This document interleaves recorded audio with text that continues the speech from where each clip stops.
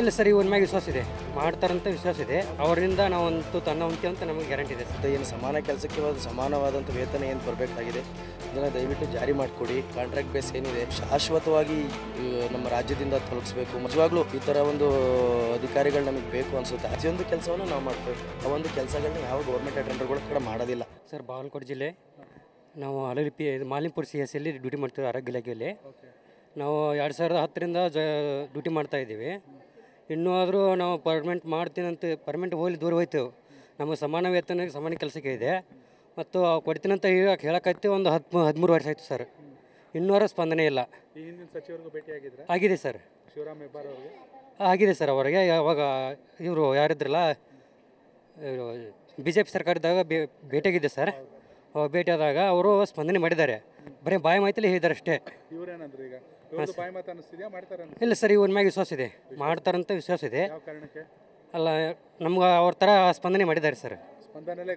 Okay sir, ಇದೆ. ಹಾಂ sir, ಹಾಂ ಸರ್. ಅಂದರೆ ಅವರಿಂದ ನಾವಂತೂ ಹೊಂತೀವಿ ಅಂತ ನಮಗೆ ಗ್ಯಾರಂಟಿ ಇದೆ ಸರ್. ನನ್ನ ಹೆಸರು ಪ್ರಸಾದ್ CN ಅಂತ. ಹಾಸನ್ ನಮ್ಮದು. ನಾವು Hassan Institute of Medical Sciences ಕೆಲಸ ಮಾಡ್ತಿರೋ ಡಿ ಗ್ರೂಪಾಗಿ ಕೆಲಸ ಮಾಡ್ತಾಯಿದ್ದೀವಿ. ನಾವು ಇವತ್ತು ಇಲ್ಲಿಗೆ ಬಂದಿರೋ ಉದ್ದೇಶ ಏನಪ್ಪ ಅಂತಂದರೆ, ಹೊರಗುತ್ತಿಗೆ ಆಧಾರದ ಮೇಲೆ ಆರೋಗ್ಯ ಇಲಾಖೆಯಲ್ಲಿ ಯಾರ್ಯಾರು ಕೆಲಸ ಮಾಡ್ತಿದ್ದಾರೆ ಅವರೆಲ್ಲರಿಗೂ ಒಂದು ನ್ಯಾಯಯುತವಾದಂಥ ಒಂದು ಏನು ಪ್ರೊಟೆಕ್ಷನ್ ಏನು ಕೊಡಬೇಕು ಸರ್ಕಾರದ ಕಡೆಯಿಂದ ಅದನ್ನು ದಯಮಾಡಿ ಕೊಡಿ. ಮತ್ತು ಏನು ಸಮಾನ ಕೆಲಸಕ್ಕೆ ಸಮಾನವಾದಂಥ ವೇತನ ಏನು ಬರಬೇಕಾಗಿದೆ ಅದನ್ನು ದಯವಿಟ್ಟು ಜಾರಿ ಮಾಡಿಕೊಡಿ. ಮತ್ತು ಈ ಜೀತ ಪದ್ಧತಿ ಮತ್ತು ಇದು ಕಾಂಟ್ರಾಕ್ಟ್ ಬೇಸ್ ಏನಿದೆ ಅದನ್ನು ಶಾಶ್ವತವಾಗಿ ನಮ್ಮ ರಾಜ್ಯದಿಂದ ತೊಲಗಿಸ್ಬೇಕು. ಮತ್ತು ಬೇರೆ ರಾಜ್ಯಗಳಲ್ಲಿ ಏನು ಒಂದು ಇನ್ಸೋರ್ಸಾಗಿ ತಗೊಂಡು ಕೆಲಸ ಮಾಡಿ ಅವರಿಗೆ ಸಂತೋಷ್ ಲಾಡ್ ಅವ್ರು ಸರ್ ಅವ್ರನ್ನ ಭೇಟಿಯಾಗಿದೆ. ತುಂಬಾ ಒಂದು ನಿಜವಾಗ್ಲೂ ಈ ಥರ ಒಂದು ಅಧಿಕಾರಿಗಳು ನಮಗೆ ಬೇಕು ಅನಿಸುತ್ತೆ. ಆ ರೀತಿಯಾಗಿ ನಮಗೊಂದು ಸ್ಪಂದನೆಯನ್ನು ನೀಡಿದರು. ನಾವು ಸರ್ ಈ ಥರ ಮಾಡಿದ್ದೀರಾ, 3 ಜಿಲ್ಲೆಯಲ್ಲಿ ಮಾಡಿದ್ದೀರಾ, ನಮಗೂ ಮಾಡಿಕೊಡಿ ಬೇಗ ಅನ್ನೋತಿ. ನಾನು ಮಾಡ್ತಿದ್ದೀನಪ್ಪ, ಎಲ್ಲದನ್ನೂ ಮಾಡ್ತಿದ್ದೀನಿ, ಮಾಡಿಕೊಡ್ತೀನಿ ಅಂತಕ್ಕಂಥ ಒಂದು ಭರವಸೆಯನ್ನು ನೀಡಿದ್ದಾರೆ. ನಮಗೆ ತುಂಬಾ ಖುಷಿ ಆಯಿತು ಅವರ ಒಂದು ಸ್ಪಂದನೆಯಿಂದ. ಅವರು ಎಷ್ಟು ಆ ಥರ ಸ್ಪಂದನೆ ಕೊಟ್ಟಿದ್ದಾರೆ, ಆ ರೀತಿಯಾಗಿ ನಿಜವಾಗ್ಲೂ ಕಾರ್ಯ ಮಾಡ್ತಾರೆ ಅನ್ನೋದು ನಮಗೆ ತುಂಬಾ ನಂಬಿಕೆ ಇದೆ. ಅದ್ರ ಮುಖಾಂತರ ನಾವು ಅವರು ನಂಬ್ತೇವೆ. ಮತ್ತು ನಮ್ಮ ಆರೋಗ್ಯ ಇಲಾಖೆ ಸಚಿವರನ್ನು ನಾವು ಮಾತಾಡಿಸಿದ್ದೇವೆ. ತುಂಬ ಒಂದು ಕರೆದು ಅಲ್ಲೇ ಅಧಿಕಾರಿಗಳನ್ನ ಕರೆದು ಎಲ್ಲಿಗೆ ಬಂತಪ್ಪ ಈ ಒಂದು ಕೆಲಸ ಅಂತ ಕೇಳಿ ಅದನ್ನು ಬೇಗ ಮಾಡಿಕೊಡಿ ಅಂತ ಹೇಳ್ಬಿಟ್ಟು ಅವ್ರಿಗೂ ಕೂಡ ಆದೇಶವನ್ನು ಮಾಡಿದರು.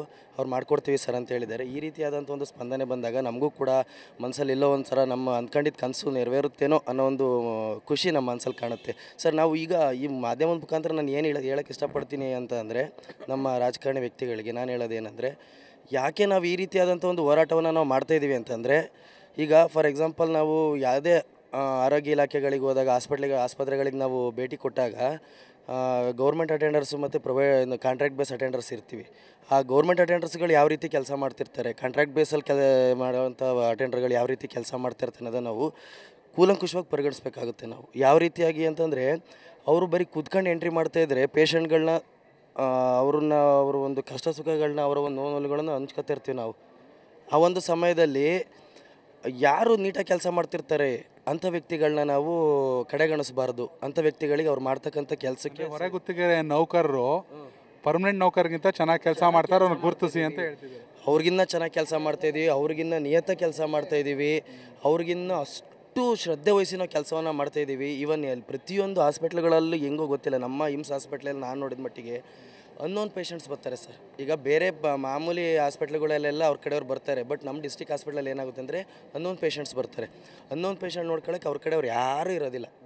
ಆವಾಗ ಏನು ಮಾಡ್ತಾರೆ ಗೊತ್ತಾ, ನಾವೇ ಖುದ್ದಾಗಿ ನಾವು ನಮ್ಮನೆಯವ್ರ ಥರ ಅವ್ರನ್ನ ಟ್ರೀಟ್ ಮಾಡ್ಕೊಂಡು ಪ್ರತಿಯೊಂದನ್ನು ಅವ್ರಿಗೆ ಊಟ ಹಾಕ್ಸ್ಕೊಡೋದಾಗಿರ್ಬೋದು, ಅವ್ರಿಗೆ ಸ್ನಾನ ಮಾಡಿಸೋದಾಗಿರ್ಬೋದು, ಅವಕ್ಕೊಂದು ಒಂದು ಏನು ಪ್ಯಾಡ್ ಚೇಂಜ್ ಮಾಡೋದಾಗಿರ್ಬೋದು, ಬಟ್ಟೆ ಬದಲಾಯಿಸೋದಾಗಿರ್ಬೋದು, ಪ್ರತಿಯೊಂದು ಕೆಲಸವನ್ನು ನಾವು ಮಾಡ್ತೇವೆ. ಆ ಒಂದು ಕೆಲಸಗಳನ್ನ ಯಾವ ಗೌರ್ಮೆಂಟ್ ಅಟೆಂಡರ್ಗಳ ಕಡೆ ಮಾಡೋದಿಲ್ಲ.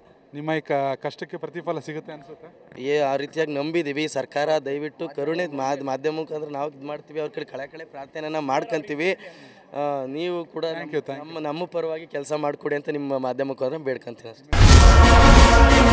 ಕನೆಕ್ಟ್ ಕರ್ನಾಟಕ, ಇದು ನಿಮ್ಮ ನೆಟ್ವರ್ಕ್.